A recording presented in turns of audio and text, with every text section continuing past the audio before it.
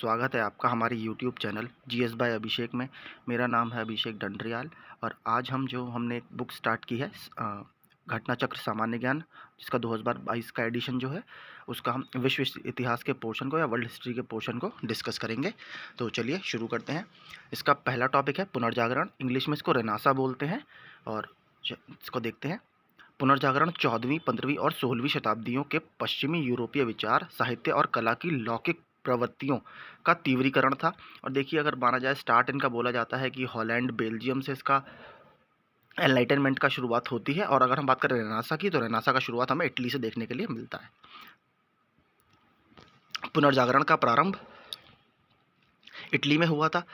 Florence नगर पुनर्जागरण का सबसे बड़ा केंद्र था। देखिए, दो कॉन्सेप्ट हैं जो 14वीं, 15वीं और 16वीं शताब्दी में आपको दिखेगा। एक तो पुनर्जागरण दिखेगा, एक होता है इंग्लिश में एनलाइटनमेंट या प्रबोधन, आपने सुना होगा। तो एनलाइटनमेंट जो हुआ था स्टार्ट, उसका आप हमारा इटली में एक फ्लोरेंस शहर है, वहाँ पे स्टार्ट हुआ था। और बाकी अगर हम एनलाइटनमेंट की बात करें, प्रबोधन की, तो वो आपसे पूछे तो वो नीदरलैंड और बेल्जियम में आप आंसर लगाइएगा। या प्रबोधन का जो उदय होता है वो नीदरलैंड और बेल्जियम में होता है। आगे देखते हैं। पुनर्जागरण का महत्वपूर्ण आधार मानवतावाद था, जिसमें ईश्वर को नहीं बल्कि मानव को मुख्य केंद्र बिंदु माना गया। देखिए, होता क्या था, जो मध्यकालीन एज थी, जो मिडिल एज थी, उसको हम डार्क एजेस बोलते हैं। क्यों? क्योंकि उसमें जो था दिक्कत थी, जो समाज था वो धर्म के केंद्र बिंदु पर आधारित था। हर चीज़ मतलब आप देखेंगे वो धर्म से रिलेटेड थी। जैसे अगर हम बात करें यूनिवर्स की, तो वो कहते थे कि दुनिया को भगवान ने बनाया है। यूनिवर्स को, ग्लोबल ऑर्डर जो है उसको, जो भगवान के नियम हैं वो फॉलो करते हैं, ना कि साइंटिफिक रूल्स। तो ये सब चीज़ें उस समय बहुत ज़्यादा धर्म के ऊपर काफ़ी ज़्यादा फोकस था। हम अगर हम एक सर्कल लें और उसके केंद्र पर धर्म को रखें, तो उसके साइड में कौन होगा? ह्यूमन होगा या मानव होगा। लेकिन जो पुनर्जागरण का काम था उसमें क्या था? केंद्र पर मानव आ गया था और बाहरी इलाके में धर्म था। मतलब जो भी सोच थी वो मानव आधारित थी। और अगर आप सब्जेक्ट्स वगैरह इंग्लिश में हम बोलते हैं कि मानविकी विषय, ह्यूमैनिटीज़, ये शब्द भी जो शब्द निकले हैं, दर्शनवाद, हमारा सोशियोलॉजी, ठीक है, ये सारे एंथ्रोपोलॉजी, ये शब्द जितने भी हमारे विषय निकले हैं, ये सभी पुनर्जागरण के समय से ही निकले हैं। क्योंकि जब मानव केंद्रित सोच हुई समाज की, तब ये सब सब्जेक्ट्स अस्तित्व में आए। आगे देखते हैं। इटली निवासी पेट्रार्क को मानवतावाद का संस्थापक माना जाता है। ह्यूमनिज्म का जो अगर हम फादर बोलें तो वो पेट्रार्क को माना जाता है। पुनर्जागरण कालीन साहित्य, दांते 1265 से 1321 को पुनर्जागरण का अग्रदूत एवं पुनर्जागरण का प्रथम व्यक्ति कहा गया है। मैकियावेली की प्रसिद्ध रचना द प्रिंस थी। मैंने आपको हमारी जो 12,000 की सीरीज है उसमें इसका और इससे रिलेटेड क्वेश्चन बताया था। भारत का मैकियावेली या इंडियन मैकियावेली किसे कहा जाता है? कौटिल्य को। और कौटिल्य की जो अर्थशास्त्र है उसकी तुलना हम प्रिंस से भी कर सकते हैं, क्योंकि दोनों स्टेट क्राफ्ट की या राजनीति की बहुत ही शानदार किताबें हैं। इरास्मस को मानवतावादियों का राजकुमार यानी प्रिंस ऑफ ह्यूमनिस्ट बोलते हैं। इसके अलावा इरास्मस को व्यंग्यात्मक शैली में पुस्तक प्रेज ऑफ फॉली की रचना की। पुनर्जागरण और कला। पुनर्जागरण युगीन चित्रकारों में Leonardo da Vinci, Michael Angelo, Rafale और टिसियन का नाम प्रसिद्ध है। तो देखिए, इन्होंने, मैंने आपको बताया, मानव केंद्रित सोच। तो इसमें क्या होता था, अगर आप इनकी पेंटिंग्स देखेंगे तो इसमें नेचर में मानव को दिखाया गया है। ठीक है, तो मतलब ह्यूमन की पेंटिंग्स वगैरह बननी शुरू हुई, नेचर को कैसे दिखाया जाए। तो इस तरीके की पेंटिंग इन सभी पेंटर्स ने बनाई। लियोनार्डो के चित्रों में Last Supper, Mona Lisa, Virgin of Rocks, ये सभी प्रसिद्ध हैं। जियाटो को पुनर्जागरण चित्रकला का जनक माना जाता है। अगर रेनासा पेंटिंग्स की बात करें तो उसका जनक कौन है, फादर कौन है, तो वो जियाटो है। पुनर्जागरण कालीन विज्ञान। देखिए, मैंने आपसे क्या कहा, सभी जो प्रकृति के नियम थे वो ये माना जाता था कि धर्म से आधारित है। लेकिन जब न्यूटन निकालेगा गुरुत्वाकर्षण का सिद्धांत, जब आएंगे आपके स्टीम इंजन की खोज होगी, धीरे धीरे इस तरह की साइंटिफिक डिस्कवरीज होनी शुरू होती हैं। तो ये बता देता है कि ये सब भगवान नहीं बल्कि जो साइंस के नियम है उसके द्वारा ये संसार चलता है। जैसे पृथ्वी भी अगर घूमती है तो उसके भी कुछ साइंटिफिक नियम हैं, पेड़ से फल गिरता है उसके भी साइंटिफिक नियम हैं। तो इस तरीके की बातें इस रेनेसां के दौर में शुरू होती हैं। देखते हैं इसके विज्ञान में क्या क्या था। पहला, कॉपरनिकस ने टॉलेमी के भू केंद्रित सिद्धांत का खंडन कर सूर्य केंद्रित सिद्धांत का प्रतिपादन किया। देखिए, पहले ये माना जाता था कि जो हमारा सौरमंडल है उसके केंद्र में पृथ्वी है, लेकिन हम सबको पता है वो गलत है। इसको टॉलेमी ने इसको बोला था कि पृथ्वी के केंद्र में, सॉरी, हमारे सौरमंडल के केंद्र में पृथ्वी है। लेकिन कॉपरनिकस ने इसको नकारा और उन्होंने कहा हमारे जो सौरमंडल है उसके केंद्र में सूरज है और बाकी सारे ग्रह उसके चारों ओर चक्कर लगाते हैं। आगे देखते हैं। न्यूटन द्वारा गुरुत्वाकर्षण के नियम का प्रतिपादन किया गया। देखिए, मैंने आपको बताया साइंस आधारित जो नियम हैं, जितने विज्ञान आधारित नियम हैं, उसके उसका प्रतिपादन इस समय शुरू होता है। जॉन विक्लिफ को धर्म सुधार आंदोलन का प्रातःकालीन तारा कहा जाता है। देखिए इस तरह के स्टेटमेंट काफ़ी पूछे जाते हैं। वर्ल्ड हिस्ट्री बहुत ज़्यादा तो नहीं आती, लेकिन फिर भी आपको कुछ फैक्चुअल क्वेश्चन इससे देखने के लिए मिल जाते हैं। सर्वप्रथम मैगलन ने समुद्री मार्गों से संपूर्ण विश्व का चक्कर लगाया था। अमेरिकी क्रांति तथा स्वतंत्रता संग्राम, अमेरिकन रिवॉल्यूशन एवं फ्रीडम मूवमेंट। अमेरिकी स्वतंत्रता संग्राम का तात्कालिक कारण ब्रिटेन के प्रधानमंत्री लॉर्ड नॉर्थ की चाय नीति थी, या लॉर्ड नॉर्थ्स टी पार्टी भी इसको बोला जाता है। 16 दिसंबर 1773 को बोस्टन टी पार्टी की घटना हुई, जिसका नायक सैमुअल एडम्स था। अमेरिकी स्वतंत्रता का नारा था, प्रतिनिधित्व नहीं तो कर नहीं। इंग्लिश में से बोला जाता है नो टैक्सेशन विदाउट रिप्रेजेंटेशन। मतलब अगर आप हमारी मांगों को, हमारा रिप्रेजेंटेशन आप अपने सरकार में नहीं रखोगे तो हम आपको कोई टैक्स नहीं देंगे। मतलब इसका देखिए कहने का मतलब क्या था कि अगर आप हमसे टैक्स ले रहे हैं तो उसमें हमारी भी मर्जी होनी चाहिए। हमारी मर्जी के बिना आप टैक्स नहीं ले सकते। जब हमारे प्रतिनिधि वहाँ पर होंगे, सभा में, कंस्टिट्यूएंट असेंबली में होंगे, असेंबली में होंगे, तब हम आपको टैक्स देंगे, क्योंकि हमारी बात वो आपके आगे रखेंगे और वो हमारे हितों की बात वहाँ पर करेंगे। तो नो टैक्सेशन विदाउट रिप्रेजेंटेशन, प्रतिनिधि नहीं तो कर नहीं। आगे, जॉर्ज वॉशिंगटन अमेरिकी स्वतंत्रता संग्राम के नायक थे, जो अमेरिका के प्रथम राष्ट्रपति भी बने। अमेरिका को पूर्ण स्वतंत्रता 4 जुलाई 1776 को प्राप्त हुई। विश्व में अगर सर्वप्रथम लिखित संविधान की बात करें तो सर्वप्रथम लिखित संविधान संयुक्त राज्य अमेरिका में ही लागू हुआ है। और हम जानते हैं बहुत सारे फीचर्स हमने भारतीय संविधान में अमेरिका के संविधान से भी लिए हैं। अमेरिका में गृह युद्ध की शुरुआत 12 अप्रैल 1861 को हुई। ये सिविल वॉर होती है। देखिए अमेरिका आज़ाद तो हो जाता है, लेकिन अमेरिका में सिविल वॉर या गृह युद्ध की शुरुआत हो जाती है। तो दक्षिण राज्य के दासता समर्थक तथा उत्तरी राज्य उसके विरोधी थे।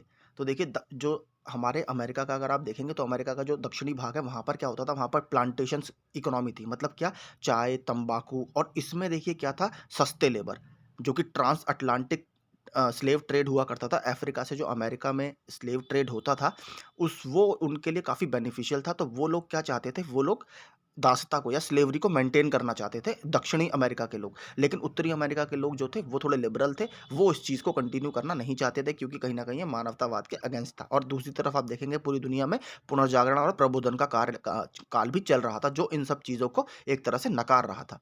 तो उस समय देखिए कौन आता है, उस समय आते हैं अब्राहम लिंकन, अमेरिका के प्रेसिडेंट बनते हैं, और वो ये कहते हैं कि मैं दासता को समाप्त करूंगा। और इसीलिए उनको बोला जाता है कि उन्होंने बहुत अच्छा, देखिए अमेरिका में इतना बड़ा उन्होंने काम किया, और स्लेवरी को उन्होंने खत्म करने का काम भी अमेरिका में किया है। आगे, अब्राहम लिंकन द्वारा 1 जनवरी 1863 को दास प्रथा का उन्मूलन किया गया, जैसे मैंने आपको बताया। अमेरिका के गृह युद्ध की समाप्ति 26 मई 1865 को हुई थी। तो देखिए कभी कभी इसका कार्यकाल पूछ लेता है, तो टोटल 1861 से 1865 तक अमेरिका में गृह युद्ध चला था। और समाप्ति किसकी लीडरशिप में हुई, तो अब्राहम लिंकन की लीडरशिप में इसकी समाप्ति हुई। फ्रांस की क्रांति, 1789 ईस्वी में लुई 16 के शासनकाल में हुई थी।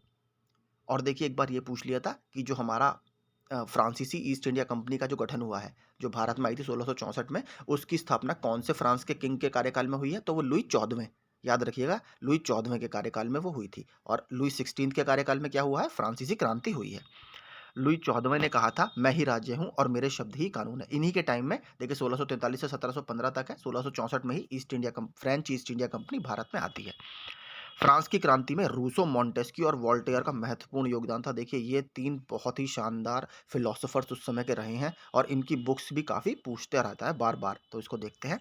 रूसो की रचना है सोशल कॉन्ट्रैक्ट, जबकि मॉन्टेस्क्यू की रचना है द स्पिरिट ऑफ लॉज। देखिए अगर हम बात करें आज की, जो हम बात करते हैं लेजिस्लेटिव, एग्जीक्यूटिव एंड जुडिशरी, न्यायपालिका, कार्यपालिका और विधायपालिका में जो पावर्स का डिवीजन होता है, वो मॉन्टेस्क्यू की बुक्स में हमें काफ़ी देखने के लिए मिलता है। और मॉन्टेस्क्यू उससे काफ़ी प्रभावित था कि तीनों जो अंग हैं हमारे सरकार के, उसमें कहीं ना कहीं सेपरेशन ऑफ पावर, अलग अलग उनके अपने अपने स्फेयर होने चाहिए काम करने के। तो मॉन्टेस्क्यू उससे काफ़ी प्रभावित था। नेपोलियन ने स्वयं को क्रांति का पुत्र होने का दावा करता था। नेपोलियन 1804 में ईस्वी में फ्रांस का सम्राट घोषित हुआ। वाटरलू के युद्ध 18 जून 1815 को मित्र राष्ट्रों की सेना एवं नेपोलियन के मध्य हुआ, जिसमें नेपोलियन को बंदी बना लिया गया। नेपोलियन की मृत्यु मई 1821 में हुई और उसका अंतिम संस्कार सेंट हेलेना द्वीप पर किया गया। इटली का एकीकरण, इंग्लिश में बोलते हैं यूनिफिकेशन ऑफ इटली।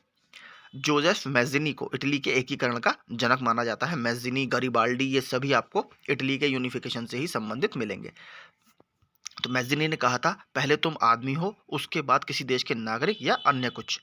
यदि समाज में क्रांति लानी हो तो क्रांति का नेतृत्व नवयुवकों के हाथों में दो। मैगजीनी यानी ये जो युवा शक्ति है उसको कहीं ना कहीं एक आधार मानते थे किसी भी देश के एकीकरण को करने के लिए।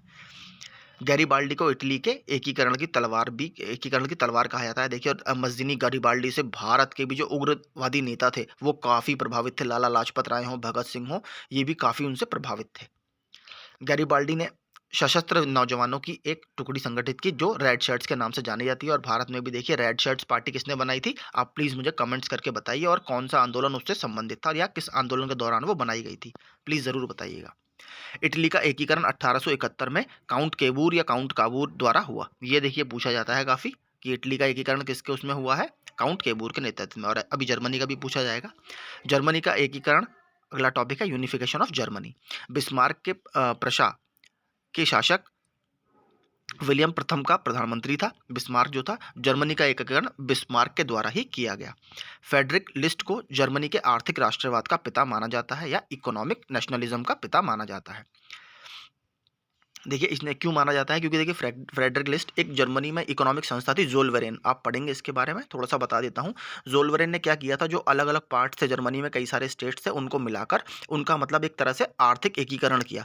मतलब अगर आप देखिए बहुत सारे स्टेट्स अगर होंगे तो सबकी अपनी अपनी टैक्स पॉलिसीज़ होंगी, तो मतलब जो ट्रेड वगैरह होगा वो इतना सुगम नहीं होगा बाकी सब राज्यों के बीच में। आप एक से दूसरे राज्य में जाएंगे, वहाँ पर डिफरेंट टैक्स स्ट्रक्चर है, वहाँ पर आपको टैक्स देना है। दूसरे से तीसरे में जाएंगे, वहाँ पर अलग टैक्स स्ट्रक्चर है। तो इस तरीके से इससे क्या होता है, जो हमारा व्यापार है वो इतना सुगम नहीं होता। तो इस ज़ोल्वेरिन के थ्रू क्या किया गया, इसको कस्टम्स यूनियन बोला जाता है। ज़ोल्वेरिन जर्मन का शब्द है। कस्टम्स यूनियन में क्या हुआ, एक यूनियन बना दी गई। इससे क्या हुआ, जो हमारा व्यापार था वो काफ़ी सुगम हुआ, और जर्मनी, या हम कहते हैं जर्मनी, एक नए पथ पर अग्रसर हुआ। तो इसको बोला जाता है इकोनॉमिक नेशनलिज्म, आर्थिक राष्ट्रवाद का पिता, फ्रेडरिक लिस्ट को। 18 जनवरी 1871 को वर्साई के महल में प्रशा के राजा, प्रशिया इसको बोलते हैं इंग्लिश में, प्रशिया, वैसे यहाँ प्रशा लिखा है, कि राजा विलियम प्रथम को जर्मन सम्राट घोषित किया गया। यूरोप के नक्शे पर एक एकीकृत जर्मनी का उदय हुआ। रूसी क्रांति, रशियन रिवॉल्यूशन, जो व्लादिमीर लेनिन है वो इसी से संबंधित है। 8 मार्च 1917 को रूस में क्रांति का प्रथम विस्फोट हुआ। उस दिन गरीब किसान मजदूरों ने पेट्रोग्राड की सड़कों पर जुलूस निकाला। रूस के शासक को जार कहा जाता था। यह ज़ारशाही व्यवस्था मार्च 1917 में समाप्त हो गई। आज नहीं तो कल, कल नहीं तो परसों यूरोपीय साम्राज्यवाद की इमारत ढहने वाली है। किसने कहा था, व्लादिमीर लेनिन ने, मैंने बताया आपको। कार्ल मार्क्स का नारा था क्या, दुनिया के मजदूरों एक हो, workers of the world unite, ये इनका नारा है कार्ल मार्क्स का। कार्ल मार्क्स की बुक भी बहुत फेमस है, एक तो दास कैपिटल है और दूसरी क्या है, कम्युनिस्ट मैनिफेस्टो, ये आप याद रखिएगा। जार निकोलस द्वितीय रूस का अंतिम जार शासक था जिसकी हत्या बम विस्फोट में हुई। अप्रैल 1917 में लेनिन ने रूस में क्रांतिकारी योजना प्रकाशित की जो अप्रैल थीसिस के नाम से जानी जाती है। लेनिन ने कहा था, 2 कदम आगे बढ़ने के लिए 1 कदम पीछे हटना चाहिए। जोसेफ स्टालिन को आधुनिक यूज का निर्माता माना जाता है। औद्योगिक क्रांति, इंडस्ट्रियल रिवॉल्यूशन। औद्योगिक क्रांति का प्रारंभ काल सामान्यतः 1750 ईस्वी से 1850 ईस्वी माना जाता है। औद्योगिक क्रांति की शुरुआत इंग्लैंड से हुई, ये काफ़ी इंपॉर्टेंट है। और देखिए औद्योगिक क्रांति इंग्लैंड में हो रही थी, इसीलिए जो कहीं ना कहीं ब्रिटिश की कॉलोनीज़ हैं उसके औपनिवेश हैं वो दुनिया में बढ़ते जा रहे थे, क्योंकि उसे अपने माल को खपाने के लिए देशों की ज़रूरत थी और वहाँ से सस्ते माल को वो अपने देशों में एक्सपोर्ट किया करता था। औद्योगिक क्रांति से मूल अभिप्राय क्या है, उत्पादन प्रणाली में परिवर्तन। देखिए पहले क्या होता था, पहले कॉटेज इंडस्ट्रीज होती थी, मतलब छोटे छोटे उद्योग हुआ करते थे, और कॉटेज इंडस्ट्रीज से जब, या मैन मेड प्रोडक्शन से जब मशीन मेड प्रोडक्शन की तरफ चीज़ें गई, यानी मशीनों द्वारा चीज़ें बहुत बड़ी बड़ी क्वांटिटी में उत्पादित की जाने लगी, तो उस फेज़ को बोला जाता है इंडस्ट्रियल रिवॉल्यूशन। और सबसे पहले ये इंग्लैंड में प्रारंभ हुआ। 1642 ईस्वी में चार्ल्स प्रथम के समय में इंग्लैंड में गृह युद्ध शुरू हुआ, और ये गृह युद्ध 7 वर्षों तक चला था। इसी को हम ब्लडलेस रिवॉल्यूशन भी बोला जाता है इंग्लिश में, या रक्तहीन क्रांति, क्योंकि इस क्रांति में एक भी पक्ष के व्यक्ति के रक्त की एक भी बूंद नहीं निकली, और केवल प्रदर्शन और वार्तालाप से ही क्रांति सफल हो गई। ये बहुत बड़ा एग्जाम्पल है जहाँ पर किसी देश में ऐसी कोई चीज़ हुई हो, वरना आपको पता है रिवॉल्यूशन या क्रांति जब भी होती है उसमें काफ़ी लोगों की मृत्यु भी होती है, और चीज़ें भी शायद इतनी सरलता से सॉल्व नहीं होती। तो लेकिन जो ब्लड रेस रिवॉल्यूशन था, रक्तहीन क्रांति ब्रिटेन में, उसमें काफ़ी आसानी से चीज़ें वार्तालाप से ही सुलझ गईं। प्रथम विश्व युद्ध, फर्स्ट वर्ल्ड वॉर 1914 से 1918 तक ये होता है। 28 जुलाई 1914 को प्रथम विश्व युद्ध का प्रारंभ माना जाता है। ऑस्ट्रिया के युवराज आर्क ड्यूक फ्रांस फर्डिनेंड की हत्या प्रथम विश्व युद्ध का तात्कालिक कारण थी। देखिए वैसे तो बहुत सारे इसके कारण थे, जैसे अलग अलग देशों में राष्ट्रवाद का उदय था, ठीक है। जर्मनी और इटली का जब एकीकरण होता है तो बाकी राष्ट्र भी ये चाहते हैं कि हम भी जो फॉरेन पावर्स हैं उससे मुक्त हों और हमारा देश भी एक हो। इसके अलावा ठीक है, लैंग्वेज एक बहुत बड़ा फैक्टर था कि जो जर्मन स्पीकिंग पॉपुलेशन है वो एक जगह रहे, जो और किसी इंग्लिश बोलती है वो एक जगह रहे, तो इस ये भी एक बहुत बड़ा कारण था। और जो कॉलोनीज थी ब्रिटेन की, वो भी एक बहुत बड़ा कारण था, क्योंकि लगातार आप देखेंगे जितनी भी कंट्रीज हैं, स्पेन है, ठीक है, जर्मनी है, इनकी कॉलोनीज अफ्रीका में और बाकी देशों में भी बढ़ रही थी। तो इससे कहीं ना कहीं लोग नाराज थे और फिर धीरे धीरे कहीं ना कहीं प्रथम विश्व युद्ध की एक हम कह सकते हैं एक वो फॉर्म इसने ले लिया। तो 28 जुलाई 1914 को प्रथम विश्व युद्ध का प्रारंभ माना जाता है। ऑस्ट्रेलिया के युवराज आर्क ड्यूक फ्रांस फर्डिनेंड की हत्या इसका सबसे तात्कालिक कारण थी, और बाकी लॉन्ग टर्म फैक्टर्स जो थे, जो लंबे कारण थे दूरगामी, वो मैंने आपको बता दिए। प्रथम विश्व युद्ध में विश्व दो खेमों में बंट गया था, मित्र राष्ट्र और धुरी राष्ट्र। मित्र राष्ट्रों में कौन थे? इंग्लैंड था, इटली था, रूस, यूएसए, फ्रांस तथा जापान। और धुरी राष्ट्रों में जर्मनी, टर्की, हंगरी और ऑस्ट्रिया आदि देश थे, जिनका नेतृत्व जर्मनी कर रहा था। 11 नवंबर 1918 को प्रथम युद्ध समाप्त हुआ और इसके बाद वर्साई की संधि होती है, जो बहुत फेमस है। प्रथम विश्व युद्ध के बाद 28 जून 1919 को जर्मनी के साथ वर्साई की संधि होती है। प्रथम विश्व युद्ध के मूलभूत परिणाम थे, देखिए, उदारवाद, दूसरा जनतंत्र का विकास एवं राष्ट्र संघ की स्थापना। मैंने आपसे कहा था नेशन स्टेट, उस समय राष्ट्रवाद बिल्कुल चरम पर था, अलग अलग कंट्रीज चाहती थी और अलग कंट्रीज में राष्ट्रवाद का उदय हो रहा था। और देखिए जो वर्साई की संधि है, इसको बोला भी जाता है कि जो द्वितीय विश्व युद्ध है उसके जो बीज थे वो वर्साई की संधि में ही बो दिए गए थे, क्योंकि इसमें जो सारा एक कह सकते हैं युद्ध का जो ठीकरा था वो जर्मनी के ऊपर फोड़ दिया गया था। बाकी देशों ने एक तरह से जर्मनी को इतना कमजोर बना दिया था कि वो दोबारा से किसी भी तरह इतना ऊपर ना उठ पाए। उसको डिमिलिटराइज कर दिया गया, उसकी टेरिटरीज को और कंट्री ने आपस में बांट लिया। तो इस तरीके के काफ़ी ज़्यादा जर्मनी के साथ इसमें भेदभाव हुआ, और जिसको बाद में हिटलर ने एक एज अ टूल यूज़ किया लोगों में नेशनल कॉन्शियसनेस या राष्ट्रवाद की भावना को जगाने में, क्योंकि वो बहुत शानदार वक्ता था और उसने जो जर्मन सेंटिमेंट्स या जर्मन भावनाएं जो वर्साई की संधि में आहत हुई थी उसका उपयोग किया अपने उदय में एक तरह से। आगे देखते हैं, जर्मनी में राष्ट्रवाद, नाजीवाद। हिटलर के नेतृत्व में जर्मनी में नाजी दल का उत्थान हुआ, जो मैंने आपको बताया। 30 जनवरी 1933 को हिटलर जर्मनी का चांसलर बना। 2 अगस्त 1934 को राष्ट्रपति हिंडनबर्ग की मृत्यु के बाद हिटलर ने चांसलर के साथ फ्यूरर मतलब देखिए क्या होता है, सर्वोच्च नेता या सुप्रीम लीडर जिसको इंग्लिश में बोलते हैं, उसकी उपाधि इसने ली। मेरा संघर्ष, मेन कैंप, हिटलर की आत्मकथा। ये काफ़ी देखिए बुक पूछी जाती है, इसको आप प्लीज़ याद कर लीजिए। मेन कैंप, हिटलर की विस्तारवादी नीति का पहला शिकार ऑस्ट्रिया हुआ। 30 अप्रैल 1945 को हिटलर ने आत्महत्या कर ली। हिटलर की नात्सी पार्टी का प्रतीक चिन्ह स्वास्तिक था, क्योंकि देखिए वो मानता था कि मैं आर्यन सिविलाइजेशन से हूँ। और आर्य लोग कौन थे? वो आर्य मतलब था कुलीन, जो किसी बड़े कुल में पैदा हुआ हो, जो नोबल व्यक्ति या प्रतिष्ठित व्यक्ति होता है, आर्य का मतलब वही होता है। तो वो मानता था कि मैं ऊपर हूँ। और वो देखिए जो ये आपका रेशियल पॉलिसीज उसने काफ़ी अपनाई थी। आपको पता है जो ज्यूज थे, ठीक है, ज्यूज वगैरह की भी उसने बहुत ज़्यादा हत्या करवाई थी, जिसे द ग्रेट होलोकास्ट बोला जाता है। इटली में फासिज्म का उदय। देखिए अगर आपसे कभी कभी सीधे पूछता है कि नाजीवाद का जनक कौन है, तो वो हिटलर है, और फासीवाद का जनक कौन है, तो वो बेनिटो मुसोलिनी है। बेनिटो मुसोलिनी का जन्म 1883 में इटली में हुआ था। मुसोलिनी के दल का नाम नेशनल फासिस्ट पार्टी था और इसकी स्थापना मिलान में वर्ष 1919 में की गई थी। मुसोलिनी ने अपने दल के सदस्यों को वर्दी पहनने, हथियार बांधने, परेड करने और झंडा रखने की शिक्षा दी। इस दल के जो लोग जो कमीज पहनते थे उसका रंग काला था, अतः ये लोग काली कमीज के नाम से या ब्लैक शर्ट के नाम से भी प्रसिद्ध हुए। मुसोलिनी द्वारा वर्ष 1923 में फॉसिस्ट ग्रैंड काउंसिल की स्थापना की गई और वह स्वयं उसका स्थायी अध्यक्ष था। मुसोलिनी को उसकी पत्नी के साथ 28 अप्रैल 1945 को फांसी दे दी गई। अगला, जापानी साम्राज्यवाद। जापान ने 1873 ईस्वी में सैनिक सेवा को अनिवार्य कर दिया था।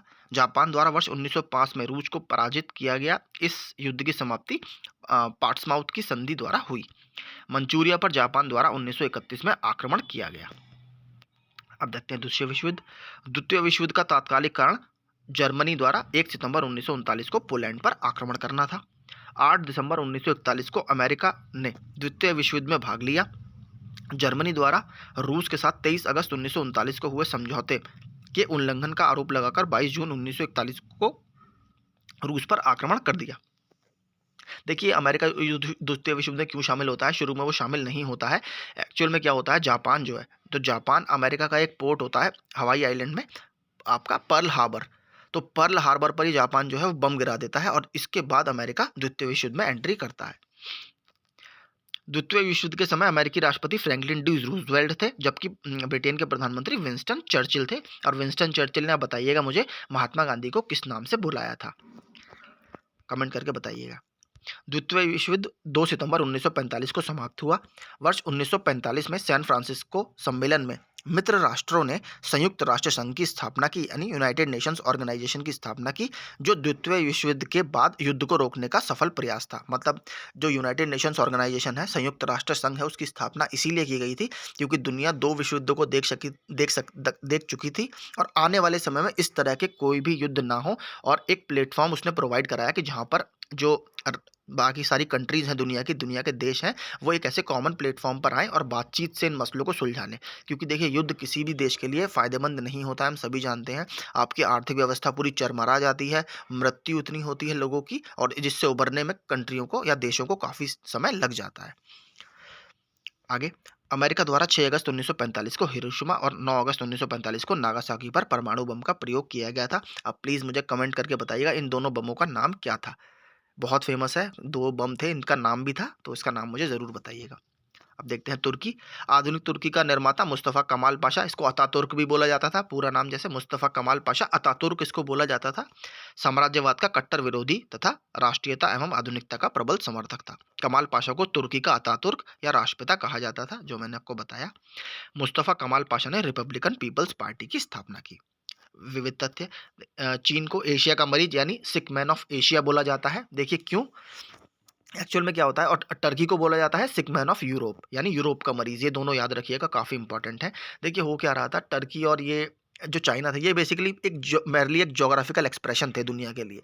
मतलब चाइना को आप देखेंगे तो सभी कंट्रीज आ रही हैं, चाइना के कभी कोई दक्षिणी पार्ट पर कब्जा कर ले रहा है, कोई ईस्ट पार्ट को अपने पास ले जा रहा है। मतलब चाइनीज लोगों की कोई अपनी वैल्यू नहीं थी, लोग आकर उनके ऊपर कब्जा कर रहे थे और उसमें अपने जोन ऑफ फ्लुएंस को काट रहे थे, जिसको हम इंग्लिश में बोलते हैं कटिंग ऑफ चाइनीज वाटरमेलन। यानी सब कंट्री ने चाइना को एक तरबूज समझा और अपने अपने बेनिफिट के लिए उसको कई हिस्सों में काट दिया। ऐसे ही बोलते हैं हम अफ्रीका के लिए, स्क्रैम्बल ऑफ अफ्रीका। अफ्रीका में भी बहुत सारे विदेशी ताकतें आई और वहाँ पर अपने आकर राज्य बसा लिए। तो इसी तरह बोला जाता है कि एशिया का मरीज था, मतलब कोई भी इसका अपना आइडेंटिटी एक तरह से डिग्निटी नहीं थी और कोई भी आकर इसको बांट देता था। और इसी तरह टर्की का भी यही हाल था, वो एक जोग्राफिकल एक्सप्रेशन था, जब उस पर जो चाहे, मतलब अपनी कोई एंटिटी नहीं थी, वो हमेशा इश्यूज में ही रहता था। वर्ष 1911 में हुई चीनी क्रांति का नायक सन यात था। देखिए सन यात, इसका पूरा नाम है डॉक्टर सन यात सेन, और डॉक्टर सन यात सेन को चीन का राष्ट्रपिता कहा जाता है। इनके 3 सिद्धांत क्या थे, राष्ट्रवाद, लोकतंत्रवाद और सामाजिक न्याय। ये बहुत इंपॉर्टेंट है। और एक चाइनीज जो क्रांति है वो 1949 की भी बहुत फेमस है, आप याद रखिएगा। उसमें माओ त्से तुंग आपको दिखेंगे, ठीक है। कुओमिंतांग पार्टी या जो आज की हमारी चाइनीज कम्युनिस्ट पार्टी है, उनके बीच में ये दिक्कत थी। तो इस तरीके की चीज़ें चीनी क्रांति में हुई थी। तो और सन यात सेन को चीन का राष्ट्रपिता कहा जाता है। तो देखिए यही था हमारा आधुनिक विश्व इतिहास। इसमें काफ़ी अच्छे आपको टॉपिक्स मिले, और ये मोस्टली ज़्यादा एग्जाम में आता नहीं है, लेकिन फिर भी फैक्ट्स इसमें कभी कभी आपको मैचिंग वगैरह में जैसे बुक्स वगैरह मिल जाती हैं। तो आई होप आपको ये वीडियो पसंद आया होगा। तो ऐसे ही वीडियो पाने के लिए हमारे चैनल को लाइक, शेयर और सब्सक्राइब करें। Thank you so much.